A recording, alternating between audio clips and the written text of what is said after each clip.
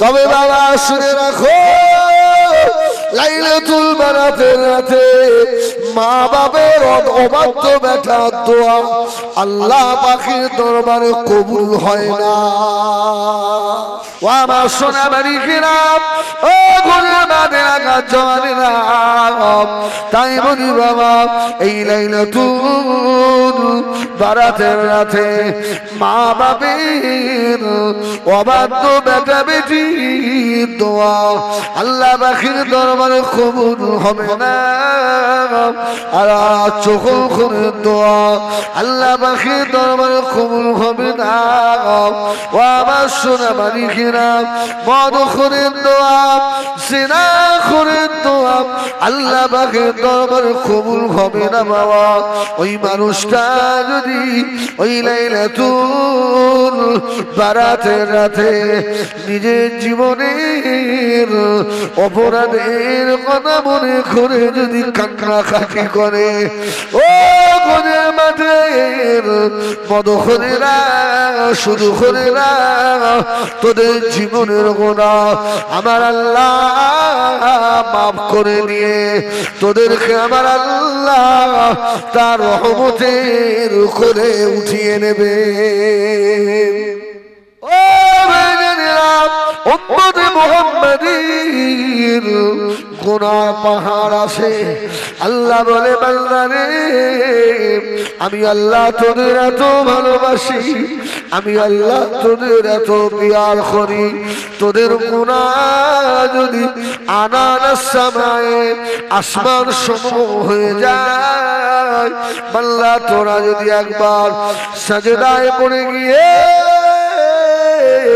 জীবনের গুনার কথা মনে করে জাহান্নামের আযাবের কথা মনে করে যদি একবার কাঁদিস, আমি আল্লাহ রহমান নামের ওসিলায় তোদের জীবনে যত গুনাহ রয়েছে আমি আল্লাহ মাফ করে দেব। তবে বাবা শুনে রাখো, লাইলাতুল বারাতের রাতে মা বাবার অবাধ্য বেটার দোয়া আল্লাহ পাকের দরবারে কবুল হয় না। এইবারে বলো সুবহানাল্লাহ। হুজুর বলেছে ও সারা বছর ফরজে আইন যে নামাজ, এই নামাজের ধারধারি এই শবে বারাতের রাত্রিরে মসজিদে জায়গা দেওয়া যায় লাইলাতুল বারাতের রাতে। যাক, আমি যেতে আপনাদের নিষেধ করছি না, যাবে বছরে একবার হলেও যায়। এরা বেঈমান নয়, এদের ঈমান আছে, কিন্তু এটা নফল। আর তোর যেটা ছুটে গেলে ওটা ফরজে আইন, অবশ্যই আদায় করতে হবে। গ্রামে দেখবেন কোনো মাইয়াত হয়ে গেলে আত্মীয় স্বজনের ভিড়, কিন্তু জোহরের নামাজে যা লোক হয় জামাতে, যারা যায় তার 3 ডবল লোক বেশি হয় না, হয় না। ওরা জানাজা পড়তে এসছে, জোহরের নামাজ পড়তে আসে। আচ্ছা, ওদের জানাজা হবে? ওদের জানাজা হয়? যেটা আল্লাহর হুকুম ফরজ সেটা বাদ দিয়ে ও চুপ করে ঠায় দাঁড়িয়ে, যেই নামাজ হয়ে গেল সব দাঁড়িয়ে জানাজা হবে না। ও আমার সোনা বাড়িরা, ও ঘরের বাদে আঘাত জওয়ানেরা, তাই বলি বাবা এই লাইলাতুল বারাতের রাতে মা বাবের অবাধ্য বেটা বেটির দোয়া আল্লাহ পাকের দরবারে কবুল হবে না। আর চোখ করে দোয়া আল্লাহ পাকের দরবারে কবুল হবে না। ও আমার সোনা বাড়িরা, মদ করে দোয়া, জিনা করে দোয়া আল্লাহ পাকের দরবারে কবুল হবে না বাবা। ওই মানুষটা যদি ওই লাইলাতুল বারাতের রাতে নিজের জীবনের অপরাধের কথা মনে করে যদি কান্নাকাটি করে, ও গনের মাঠের মদখরেরা শুরু করে না তোদের জীবনের গুনাহ আমার আল্লাহ মাফ করে দিয়ে তোদেরকে আমার আল্লাহ তার রহমতের করে উঠিয়ে নেবে।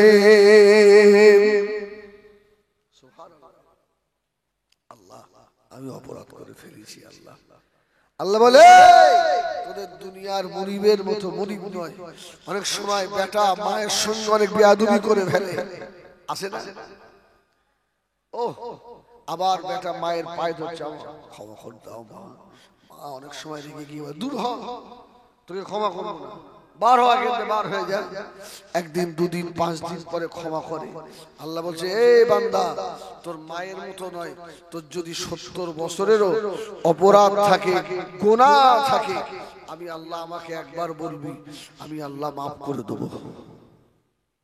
মাহে শাবানের ভিতরে লাইলাতুল বারাতের রাত, লাইলাতুল কদরের রাত, লাইলাতুল আশুরার রাত, ও আমার বেজানেরা জুমার রাত, ও আমার সোনা মানিকেরা ঈদের আগের রাত, এমন কিছু রাত আল্লাহ তার বান্দাদের জন্য রেখে দিয়েছেন।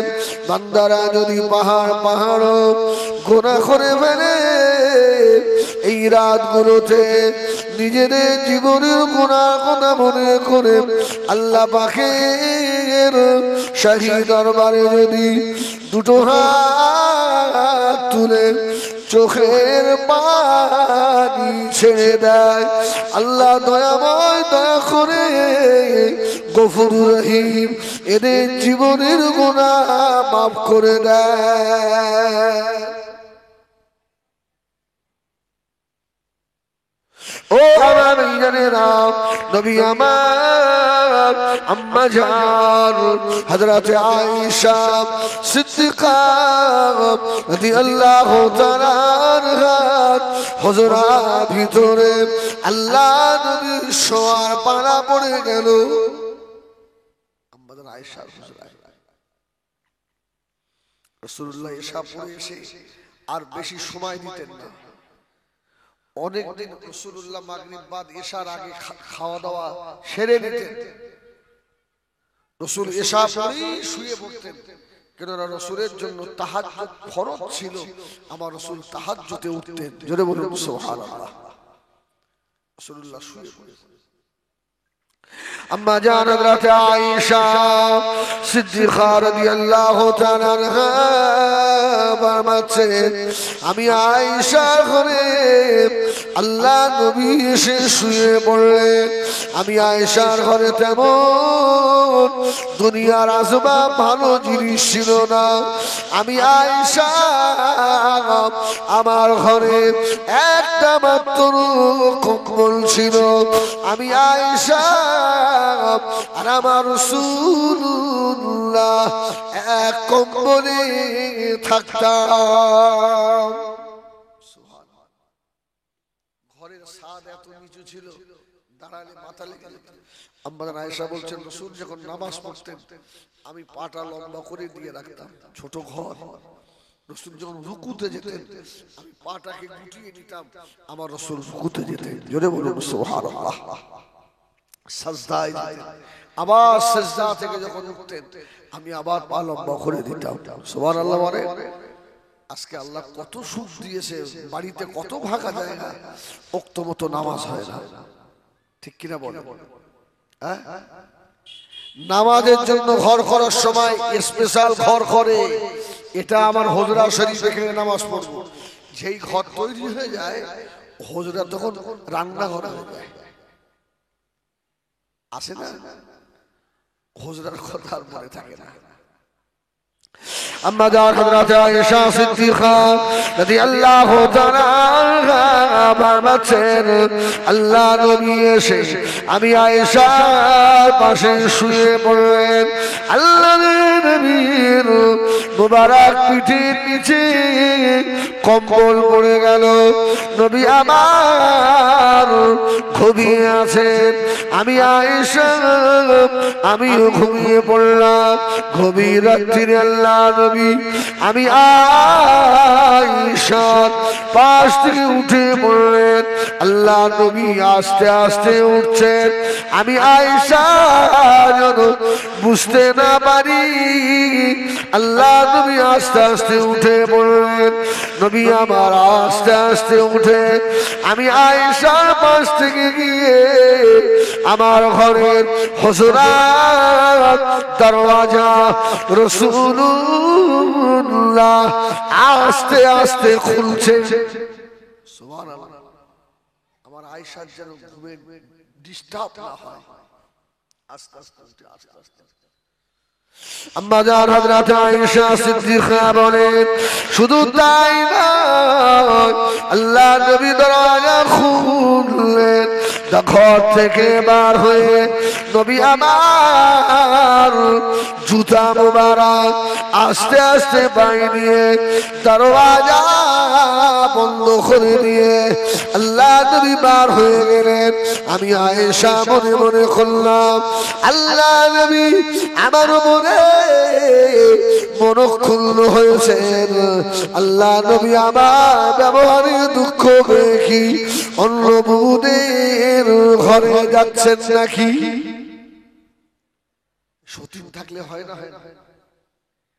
আরে যে বাড়িতে সতীন আছে তারা জানে স্বামীটাকে নিয়ে যে কত টানাটানি হয়।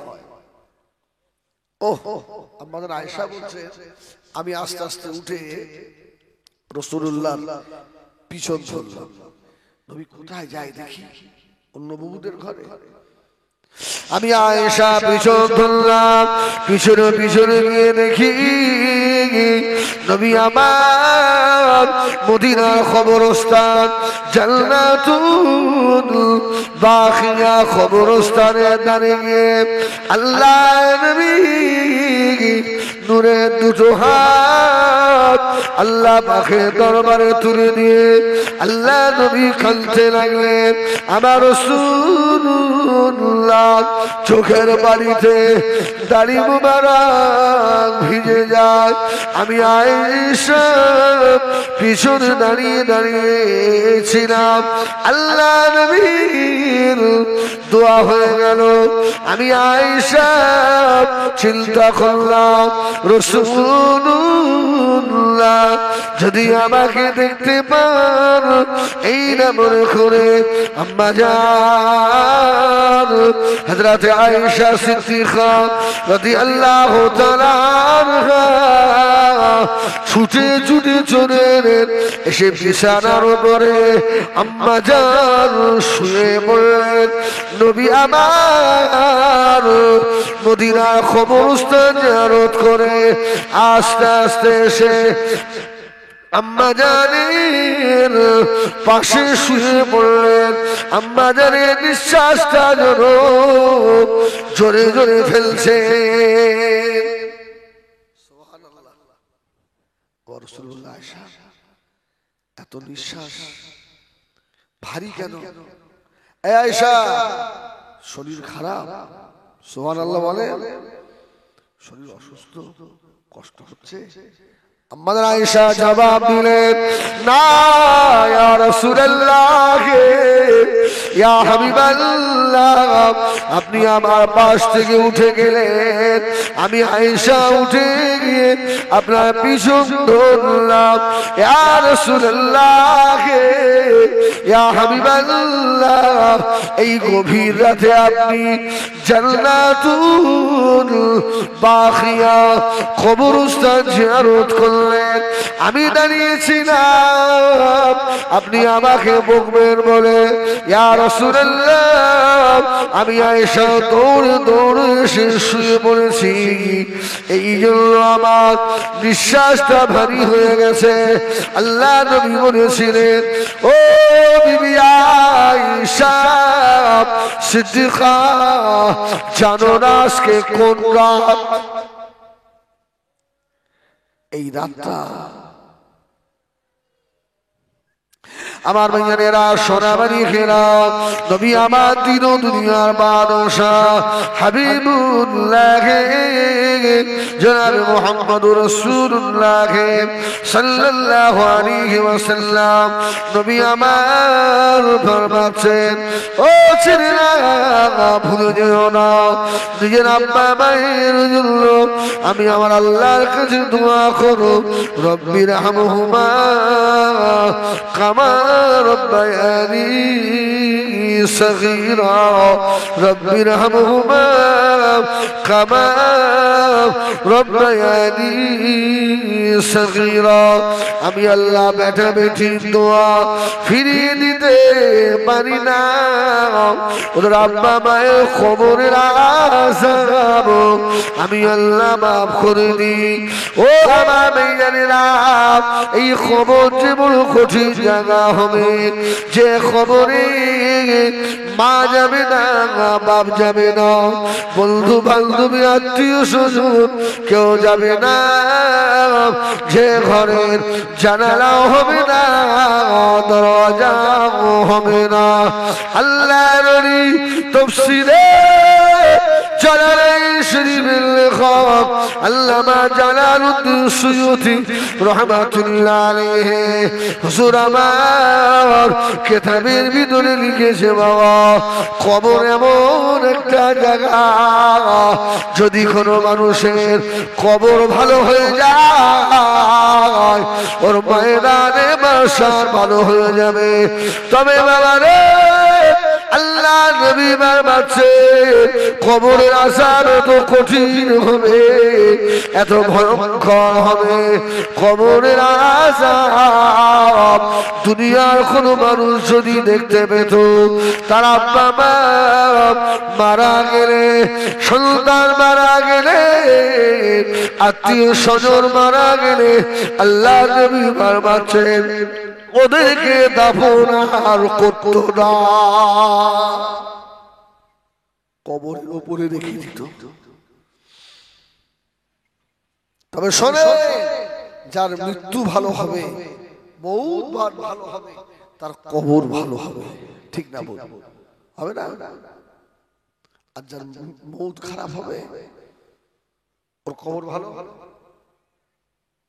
ওর কবর ভালো হয় না ও মেয়েরা নবী আমার দিন দুনিয়ার বাদশাহ জনাবে মুহাম্মদুর রাসূলুল্লাহ সাল্লাল্লাহু আলাইহি ওয়াসাল্লাম ফরমাচ্ছেন যারা নামাজি হবে রোজেদার হবে আল্লাহ আল্লাহ রাসূলের যারা পাগল হবে এদের মওতের সময় মালাকুল মউত হযরত আজরাইল আলাইহিস সালাম ওদের পাশে এসে যখন দাঁড়াবে আল্লাহ নবী ফরমাচ্ছেন আমি রাসূলুল্লাহ ওদের মাথার কাছে গিয়ে দাঁড়িয়ে যাব ও আমার খোঁজের বাড়ি শোনারা আল্লাহ নবী ফরমাচ্ছেন আমি রাসূলুল্লাহ পাগলটা ওর মওতের সময়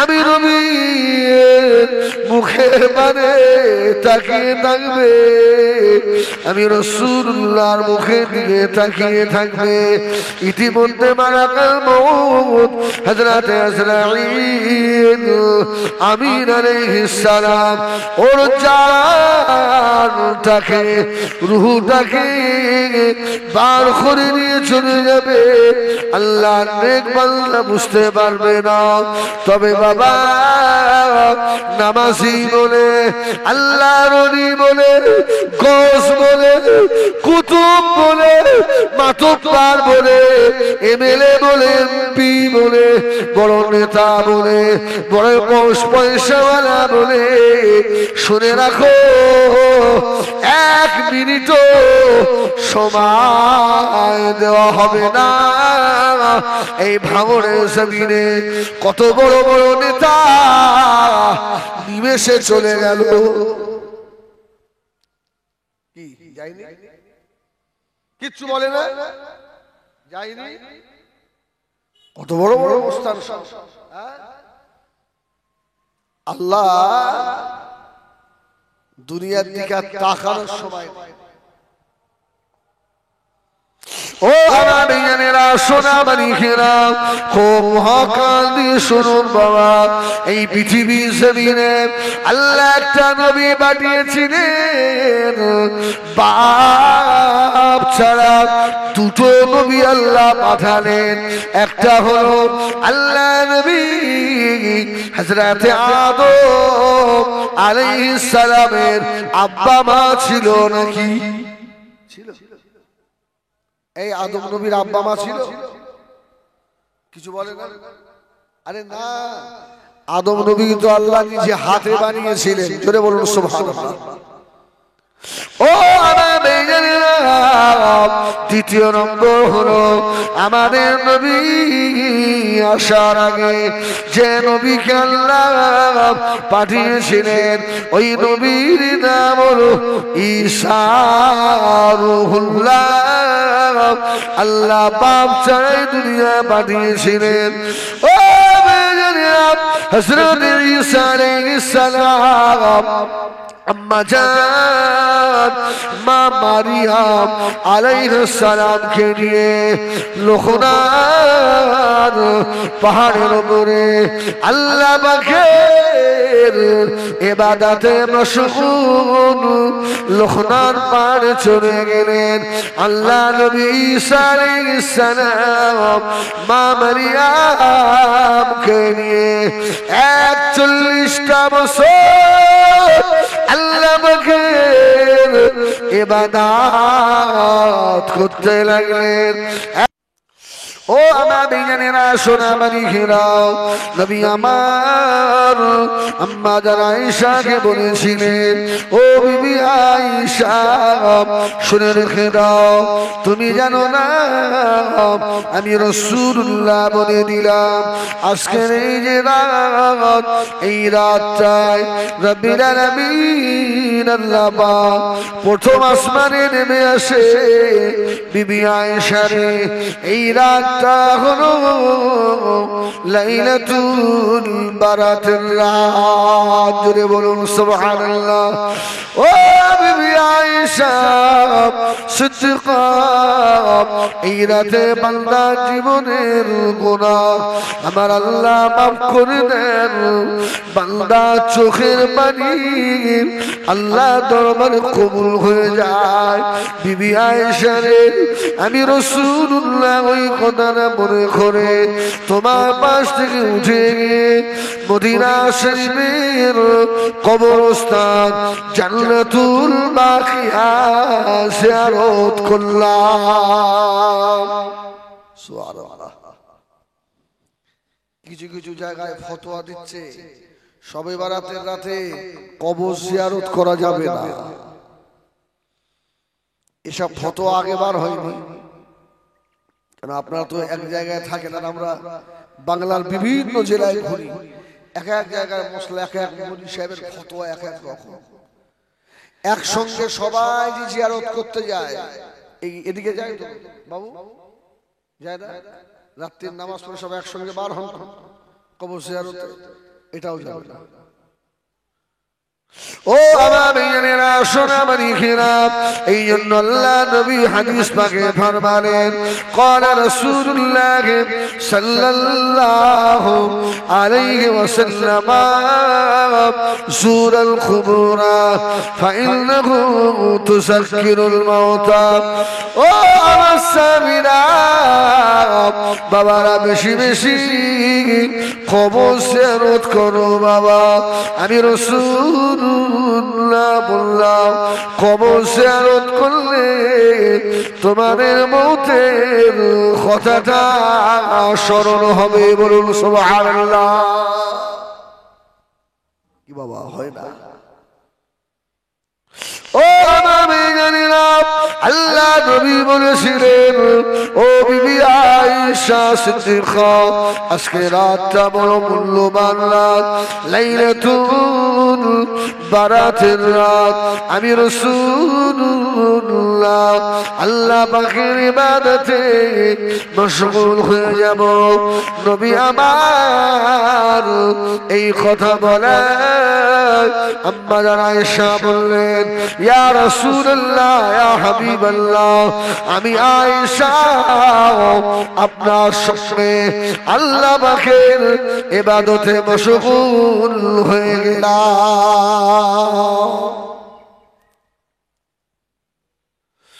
এক তারিখে আম্মা জান ডাক দিলেন, বেটা ঈসা, ও বাবা বেটা ঈসা, এদিকে এসো বাবা।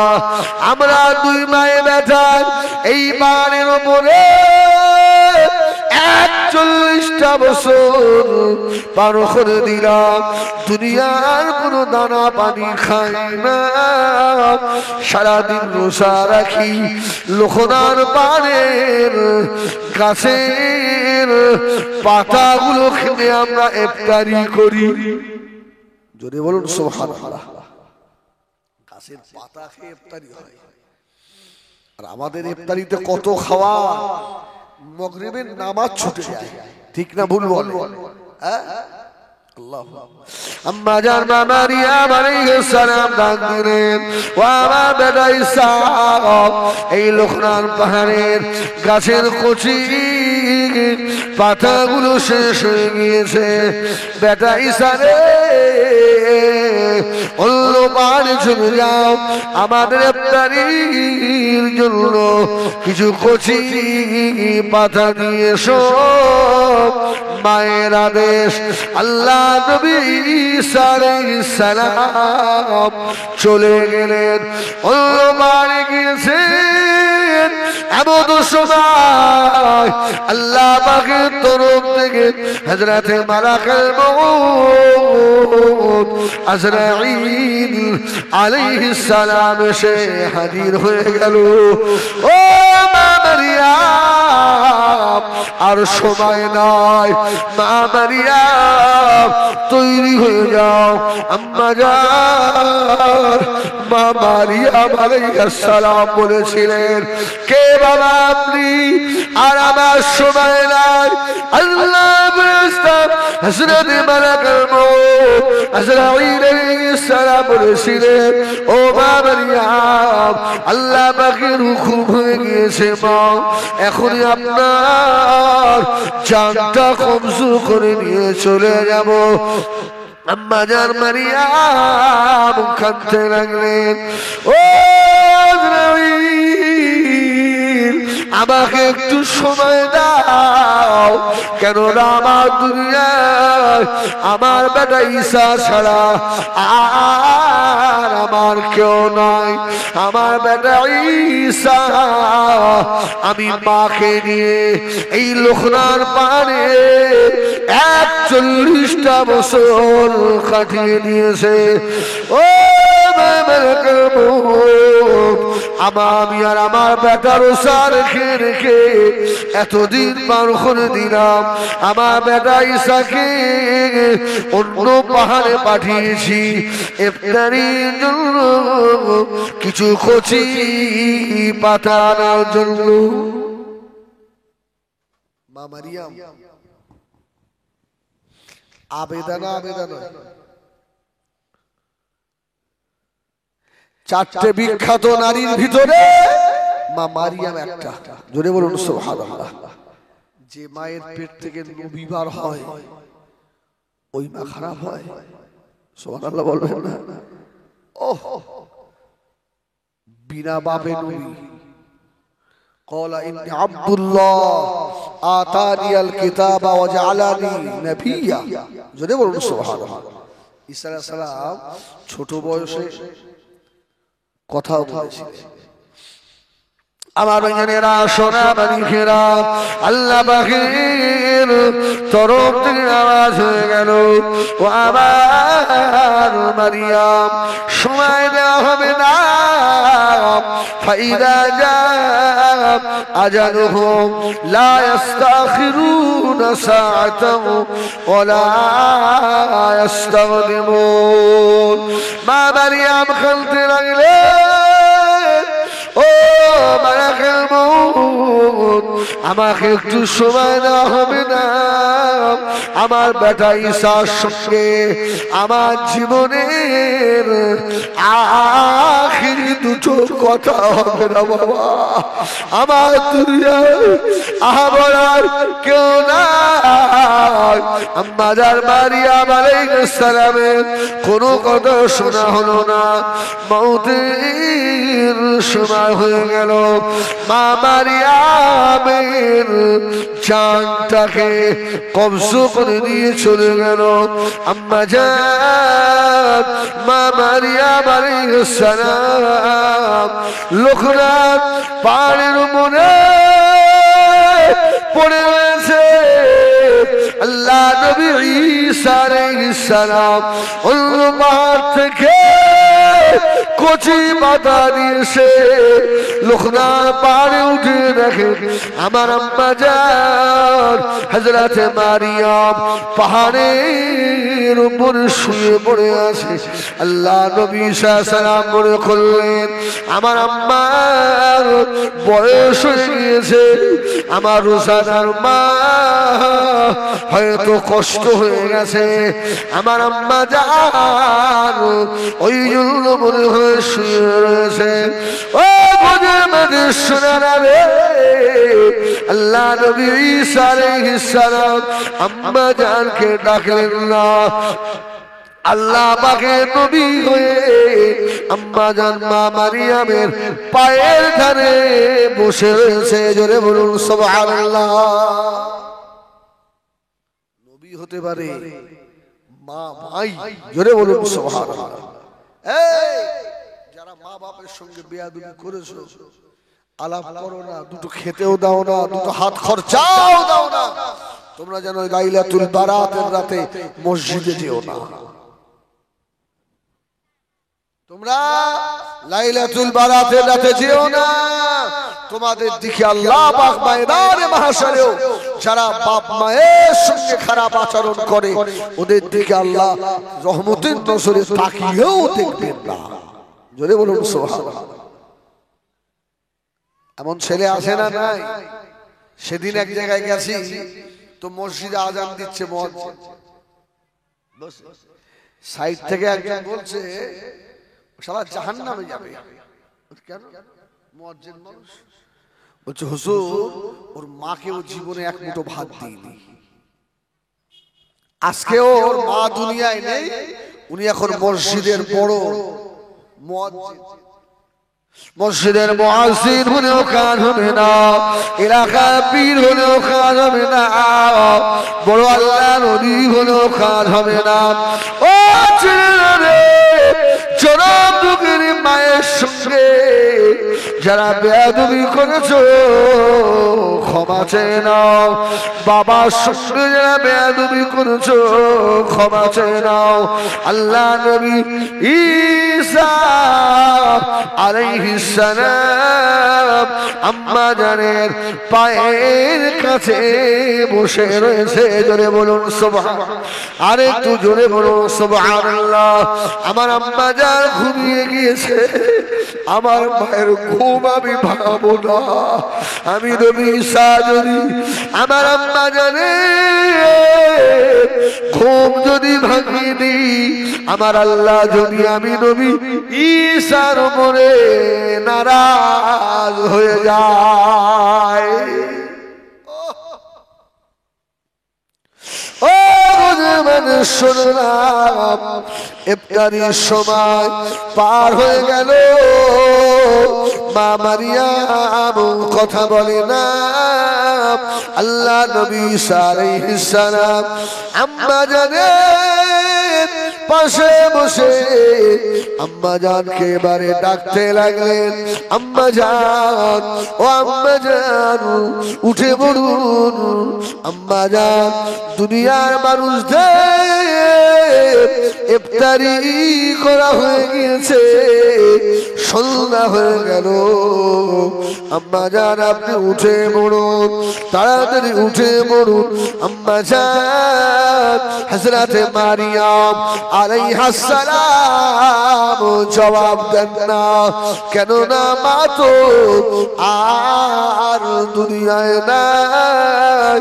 এমন তো সময় ও গজবের শুনরা আল্লাহ পাকের তরফ থেকে আওয়াজ উঠে লাগলো, ও আমার নবী হযরতে ঈসা খবরদার, আর আপনার আম্মা জান মারিয়াম আলাইহিস সালামকে আর ডাকবেন না, কেননা মারিয়াম আমি আল্লাহর ডাকে সাড়া দিয়ে দুনিয়া থেকে বিদায় নিয়েছে।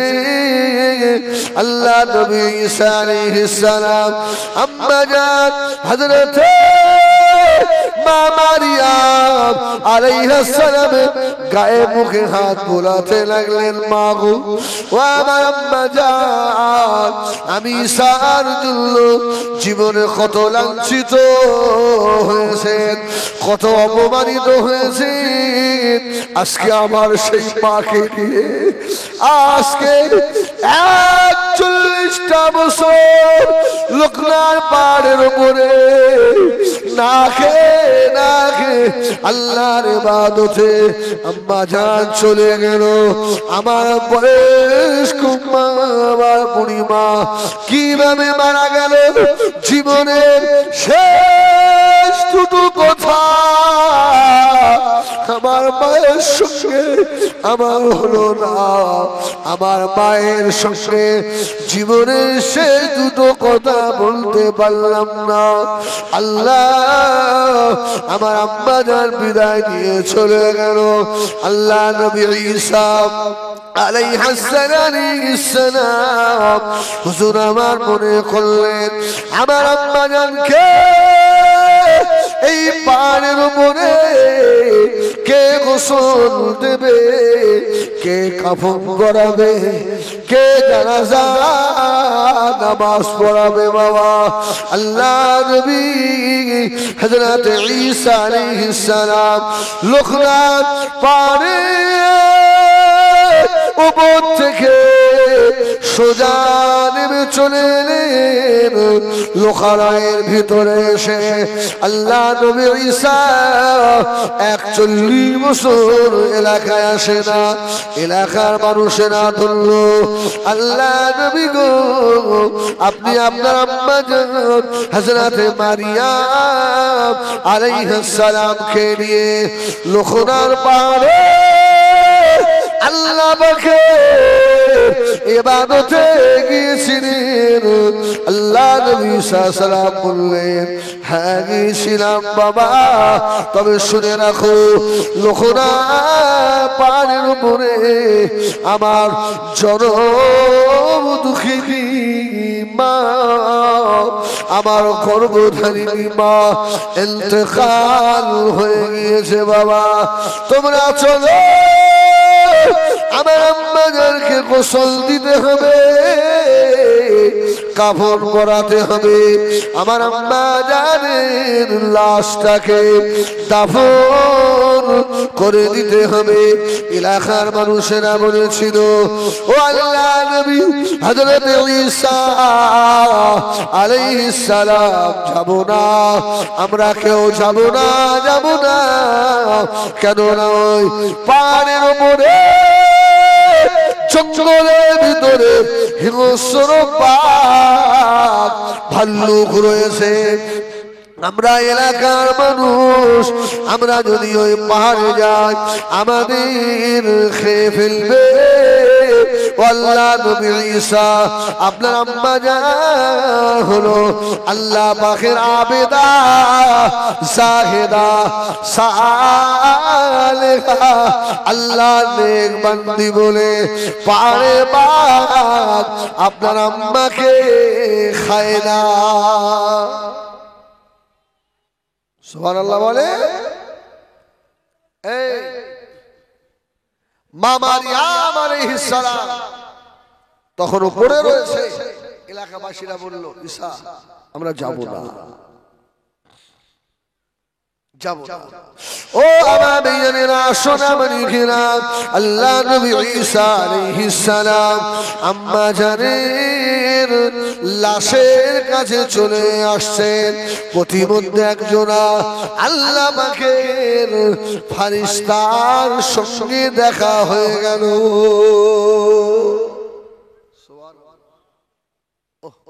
এই নবী ঈসা, আপনি গিয়েছিলেন কোথায়? বলছে আমার আম্মা ইন্তেকাল হয়ে গেছে, তো আম্মা জানের দাফন করতে হবে। লোকালয়ে গেলাম, কেউ এলো না, কেউ এলো। ঈসা আলাইহিস সালাম আস্তে আস্তে উপরে উঠে গিয়ে দেখছে মা মারিয়ামকে কে যেন কারা যেন গোসল দিয়ে কাফন পরিয়ে রেখে চলে গেছে। জোরে বলুন সুবহান। ও আমার ভাইয়েরা সোনা মানিকেরা, আল্লাহর নবী হযরত ঈসা আলাইহিস সালাম আম্মা জানের লাশের কাছে গিয়ে দেখেন আমার আম্মা জান হযরত মারিয়ামকে কারা যেন এসে গোসল দিল, কারা জান্নাতি কাপড় পরিয়ে রেখে চলে গেল। এমন সময় আওয়াজ হচ্ছে, ও আমার নবী রে, হযরত ঈসা আলাইহিস সালাম আপনি চিন্তা করবেন না, আপনার আম্মা জানকে আল্লাহ পাকের রহমতে জান্নাতের হুরেরা জান্নাতি রহমতি পানি দিয়ে গোসল দিয়েছে। জোরে বলুন সুবহানাল্লাহ, আর একটু জোরে বলুন সুবহানাল্লাহ।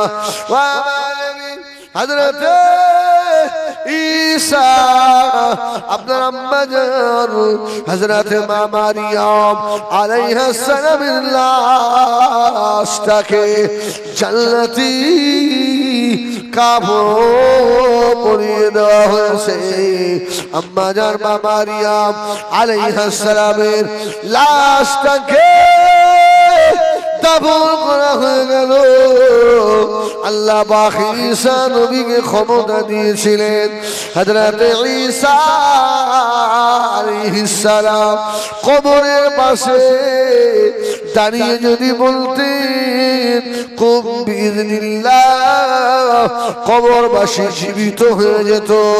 মায়ের দাফন হয়ে গেল, সবাই চলে গিয়েছে।